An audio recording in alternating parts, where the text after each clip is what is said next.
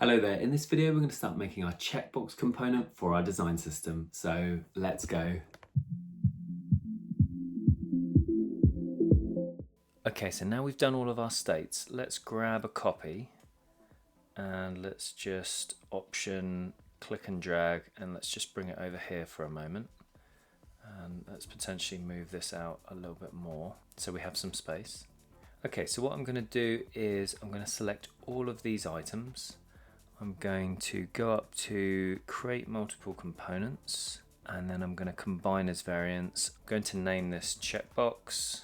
Then we're going to go in here and for this property we'll call it states. Okay, so we're getting an error here on the right hand panel and that's fine because some of these variants are going to be named the same. Let's go ahead and fix that now. So let's click on the plus, create a property, create a variant. For now we'll just call it style, and for the first one let's do unselected, and that is going to apply it to everything. Let's go in here and let's just select just these ones. So now these ones are selected. Let's click on enter and let's go here and let's rename these ones as well.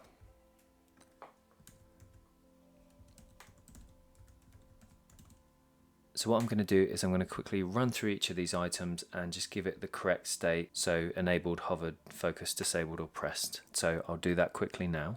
Okay, so what I've noticed with the focused is these items here. I've noticed that the checkbox itself and the focus state are registered as separate states within this component. So that's fine. I'm just going to quickly go through, delete what I don't need and just recreate them. And when I recreate them, the focused ring will be the outside and the checkbox will be inside it. So I'm just going to quickly go through and do that for these three items. Okay, there we go. So we've made those changes, and just to show you in the layers, we've got the focused on the outside and then the checkboxes in the inside. And same with this one, we have focus ring on the outside, the check icon here, and then the checkbox that is around it. Okay, what I would like to do now is I kind of feel like these icons are a little bit too small. When you're kind of zoomed out, you can't see them very well. So let me just go into one up here. Let's go in and select the scale tool and let's just slightly increase the size. Let's hold Option Shift and use the mouse. Let's just drag it out. I'm going to drag it out to 12 pixels, so we've still got some spacing around it. So we've got 2 pixels around, but I think that's going to be slightly better and more visible. I'm just going to go and make that change to any variants that have got icons inside them. Okay, so just changing out those icons, I think they do look a little bit better at this size. Thinking about it again, what I would like to do is probably use the icon slot. I'm going to have to add a new icon anyway, which I need to put in a second, which is the minus. So let's go ahead, let's quickly jump into the style guide. Let's go into the icon slot and let's just add a, let's see, so we've got small. Let's just name this X small for now. And let's just make this, I think we're using 12 by 12. Okay, let's just set these to scale quickly. And let's just change this to 12 by 12. Okay, hopefully that'll be fine. Let's just close this off. Let's quickly publish the style guide file. Okay, let's just click on publish. Okay, so that's successfully published. Let's go back into the UI kit. And let's just go in here and let's go to IconSlot. Okay, let's go here. Let's go in and select extra small. Let's go in by pressing enter and let's just select, the check for the meantime. Let me just replace what we have here just to see how it looks. So we're in, let's see, yeah, enabled selected. So we just paste over that. Let's remove the old one. And let me just update the color. So go to neutral 0. Okay, that's good. It's slightly more chunky as well, so that probably helps visually to see that it is checked. So I'm happy with that. Okay, so what I'm going to do quickly is also in the style guide file, I need to add this minus icon. So let me just Command C, go back into here. Let's go into icons. Let's just Command V, just drag that in for the moment. Let's just pop that at the end. Okay, so if I press Command Option K, create it as a component. Make sure we go in, let's check the vector is set to scale, which it is. Okay, that's good. Let's just close this off. Let's lock the layers, and let me just go into Assets, and let's publish that again. Okay, so that icon is successfully published. Let's go back in here. Let's take the icon slot from here. Let's paste it into here. Let me just get rid of the minus, which is beneath. Let's press enter one more time to go into it, and let me just type minus. Just take that. Okay, great. So there we go. So those are now scaled using the icon slot. So I don't need to have that there anymore. I can get rid of that as well. What I'm going to do is just go through the other options and add in these icons. Okay, there we go. So the icons are updated using the icon slot component, so that's good. Let's now think about moving this over to the page. So let's just have a look what we have here. Let me just get rid of states. Okay, so let's start moving this across to the other page.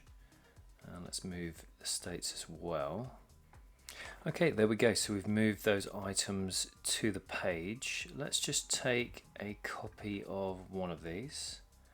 And let's just drag it out over here. Let's just test drive it. So we've got the enabled, so we've got the different states, and I can see we've got a little bit of an error here. So let's see where that is.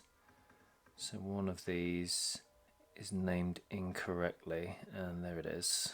So let's just make sure that is named correctly. Now we'll go back. Let's click on the states drop down. Seem to have another one, but let's just reset this. Okay, there's the other one there. So let's click on enter. Okay, now if we use the states drop down, we have the relevant states. So enabled, hovered, focused, disabled, and pressed. So let's just cycle through these different states. So hovered, focused, where are we? Disabled, pressed. Okay, selected, unselected. Okay, I think I'm happy with that for now. I don't think there's any more customization that we're going to need at this stage. Let's just get rid of that instance there in the test area. Okay, let's just go into another page. Let's just take these two here. Actually, let's just take the entire row for now. I think that should be fine. Go back to Checkbox. Let's click here, paste that in, and let's set that to fill. Let's remove what we don't need. Okay, and let's add some text in here. Okay, let's update the sentence. Okay, so shown below are checkboxes paired with labels across different states. So let's add in some examples here. So let's just grab, let's see, so let's grab this one here. Let's just go ahead and add some text. So we'll do that as label. Let's just apply some typography variables. Okay, let's just update the color as well. Okay, that's good. Let's just group those and put those in a frame called content for now. Okay, so let's also apply some spacing variables. So we're going to use 8 between, and we'll just zero out the padding as well. Okay, there we go. So that's the first one done. Let's just duplicate that again. And let's just duplicate a few. Let's Shift A, and let's just put it so it's in a vertical layout. We just change this so we have everything aligned top. So vertically, let's just adjust the spacing. So 8 between, zero out the padding again, just so we have an example of what a vertical list would look like. So let's just label that vertical list, and let's just duplicate that again. And let's do a horizontal example. Now we're going to change it 8, and we'll probably put that to 16 just so there's a little bit more spacing. And let's just space everything out a little bit further apart. Set it to 48. Okay, so that should be fine. Let's just update this sentence again. So these illustrate how checkboxes pair with labels in different states with 8 pixel vertical and 16 pixel horizontal spacing. We can always go in and update some of these states for the component. So let's just do selected just to mix it up a little bit, and there we go. Let's just do the same here. Okay, so there's a bit of variation in there. Okay, I'm just going to add a little bit more space between these because it does feel a little bit tight. Let's just push that down a tiny bit further so there's a bit more breathing room. Okay, so just looking at our page, I think most of it is done. I don't think we've got any issues on the page. Everything should be using design system colors and typography, but I will go ahead and just check quickly. Yeah, I think everything should be fine. If there are any issues, I can always go back in and make those changes. Okay, so let's zoom out and let's go back to the testing area. We can remove that now. I don't think we need anything else. Let's just delete that out.